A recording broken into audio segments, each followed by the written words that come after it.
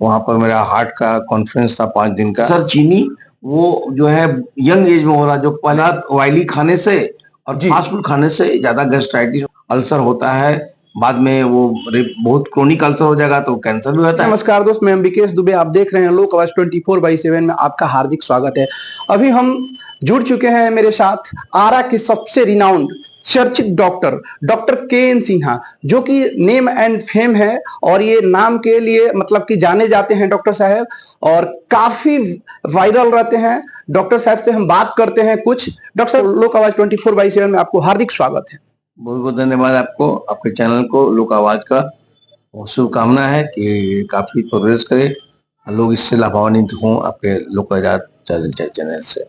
Doctor साहब, अभी सबसे ज्यादा कौन सी बीमारियां देखने को मिल रही है? देखिए, अभी तो मौसम बदल रहा है जी, और बहुत सारे अखबारों में या बहुत न्यूज मीडिया में ये आया होगा खबर कि मैं 5 दिन पहले लौटा हूँ दिल्ली से। जी, जी, वहाँ पर मेरा हार्ट का कॉन्फ्रेंस था 5 दिन का। जी, वहाँ से मैं लौटा हूँ 8 तारीख को।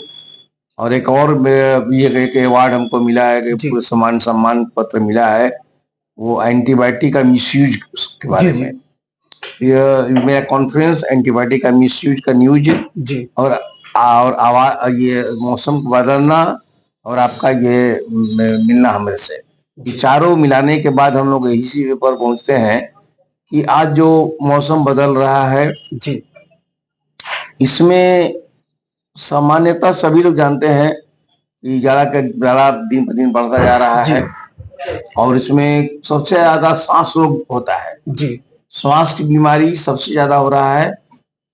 सर्दी खांसी से शुरू होता है, जी, मामूली से सर्दी खांसी होता है शुरू में, और बाद में 2-3 दिन के बाद बुखार भी रहता है। बुखार 2-3 में ठीक भी होता है कभी कभी, जी, और आगे वो ऊपर चढ़ता है इन्फेक्शन, नाक में इन्फेक्शन होता है, राइनाइटिस हुआ, साइनोसाइटिस हुआ, और नीचे उतरता है तो फेरिंजाइटिस, लेरिंजाइटिस, माने फेरिंग्स और लैरिंग्स, गर्दन में जो भी हम लोग के श्वास नली और बोलने वाला जो है वो मशीन, उसमें इन्फेक्शन होता है।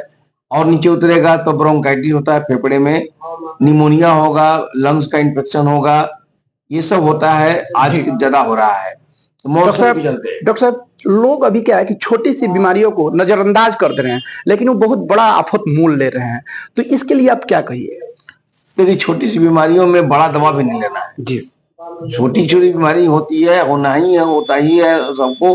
तो अभी हम बता रहे थे कि एंटीबायोटिक का मिसयूज बहुत ज्यादा हो रहा है। जी, हल्का फुल्का छोटी बीमारी में भी लोग एंटीबायोटिक शुरू अपने मन से जिथ्रोल, एमोक्सिलिन या लिवोफ्लोक्सिलिन या कुछ भी ले लेते हैं। दवा मेडिकल हॉल में जाते हैं, वो लोग भी दवा देता है लोग। तो ये बात है कि छोटी छोटी दवाओं पे, छोटी छोटी बीमारियों में, तकलीफों में आप घरेलू इलाज पहले कीजिए जी, ना। लौंग हुआ, गोल मिर्च हुआ, अदरक हुआ, ये सब काढ़ा पीजिए, गर्म पानी पीजिए, सेंक कीजिए, गार्गल कीजिए, है ना। इसके बाद आयुर्वेदिक बहुत सी दवाइयां जो कि सेफ है, वो सब दवा जड़ी बूटी का है, वो सब इस्तेमाल कीजिए।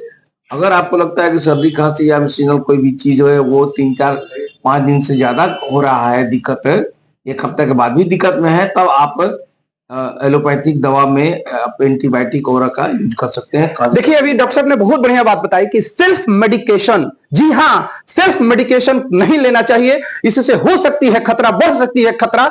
डॉक्टर साहब, आज के जमाना में सर्दी जुकाम हो रहा है तो लोग अपने आप मेडिसिन ले रहे हैं। अब क्या लग रहा है, लेना चाहिए?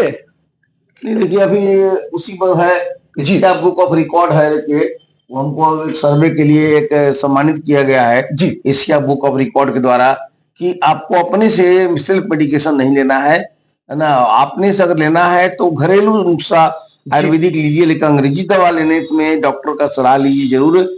और हम तो रिक्वेस्ट किए हैं मेडिकल हॉल से भी, वो लोग भी दवा अपने से मत दे। सर, मेडिकल वाले लोग, छोटे छोटे जो मेडिकल स्टोरेज है, ये लोग करता है क्या, लोग यूज ऑफ एंटीबायोटिक, क्योंकि डोज है 5 दिन 7 दिन का, लेकिन वो 2 दिन का दे देता है लोग, तो क्या रेजिस्टेंस नहीं आती है क्या? उससे रेजिस्टेंस होता है।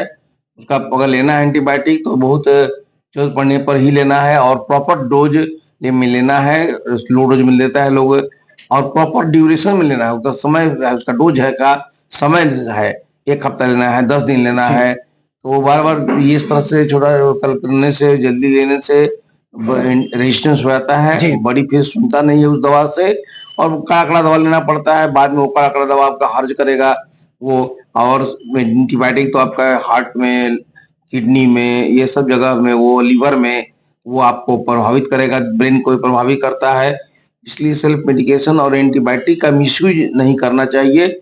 आज की जो बताया मौसम के बारे में बता रहा था, मौसमी बीमारी जो सर्दी, खांसी, बुखार, निमोनिया, ये सब जो हो रहा है, उसके अलावा भी आपको हार्ट का बीमारी है, लंग्स का बीमारी, हार्ट का, ब्लड प्रेशर का, और चीनी का बीमारी, ये सब पर ध्यान देना है। डॉक्टर साहब, आजकल युवाओं में काफी तेजी से बीपी और शुगर बढ़ रहा है, इसका मुख्य कारण क्या है?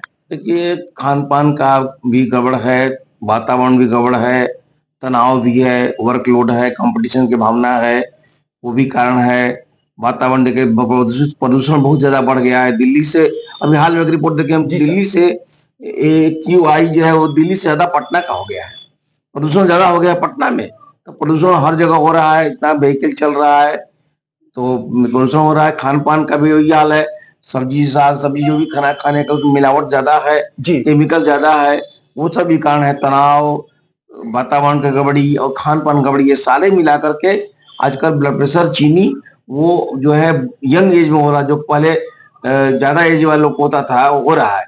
और आज जो मौसम बदल रहा है, उसमें अगर ब्लड प्रेशर, चीनी और हार्ट पर आप ध्यान रखिएगा, तो एकाएक लकवा मार देगा। एकाएक लकवा मारेगा, ब्लड प्रेशर कंट्रोल नहीं होगा। ब्लड प्रेशर ज्यादा बढ़ता है इस समय, इस सीजन में, ठंडा में, खून का नली ठंडा में सिकुड़ता है और खून गाढ़ा होने लगता है। इसी चलते बीपी बढ़ेगा तो ब्रेन हेमरेज हो जाएगा, या खून गाढ़ा हो जाएगा तो नली ब्लॉक हो जाएगा, हार्ट का नली ब्लॉक हो जाएगा, या ब्रेन का नली ब्लॉक हुआ तो लकवा मार देगा, हार्ट का नली ब्लॉक हुआ तो हार्ट अटैक हो जाएगा। इसलिए आज के दिन में, अच्छा आज के दिन जाड़ा में लोग बहुत जम के खाते भी हैं, तो जाड़ा का मौसम है, खूब तेवा सोंठ रहा और ये वो अपना खूब खाते हैं, पचने वाला देखा, ठीक है बात है।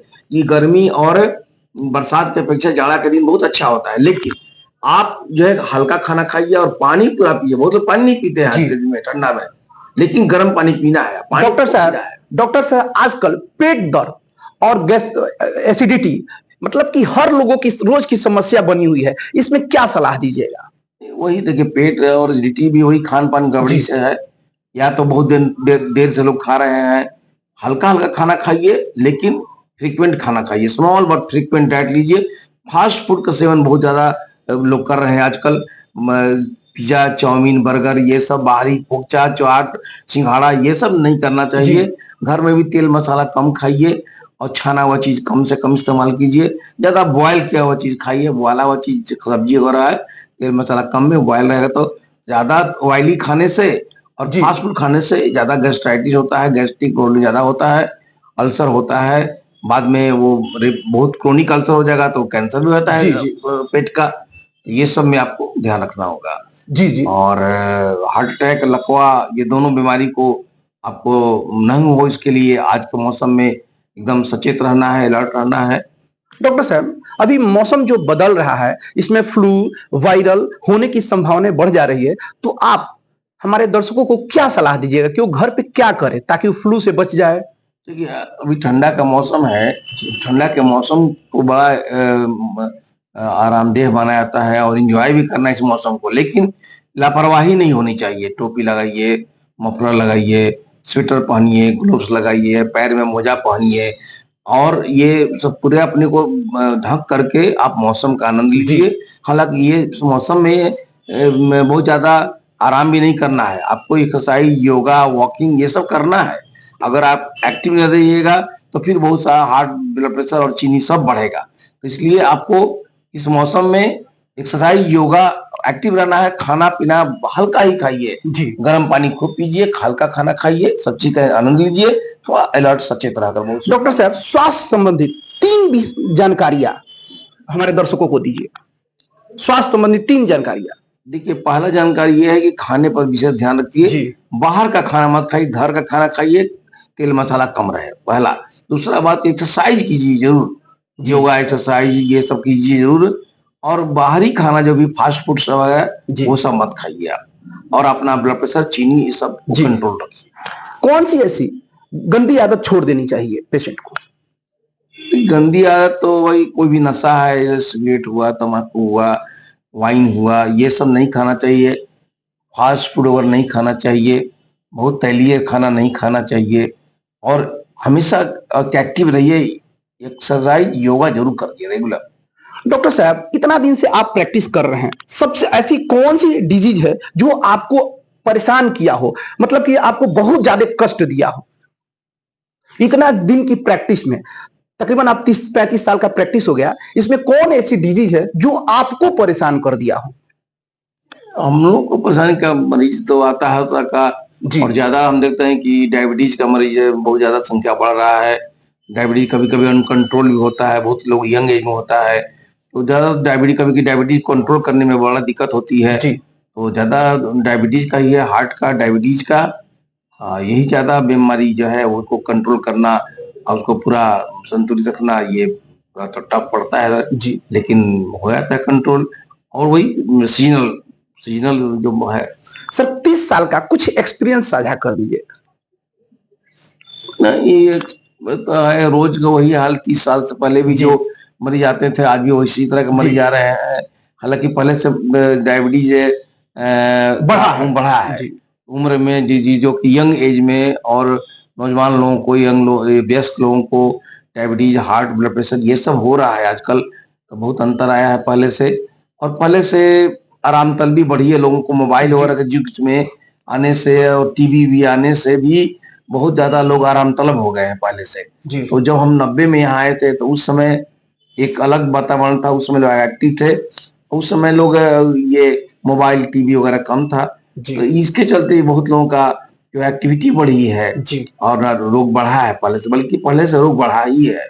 ऐसा कोई पेशेंट जो आपसे ट्रीटमेंट के दौरान बहुत क्लोज हो गया हो?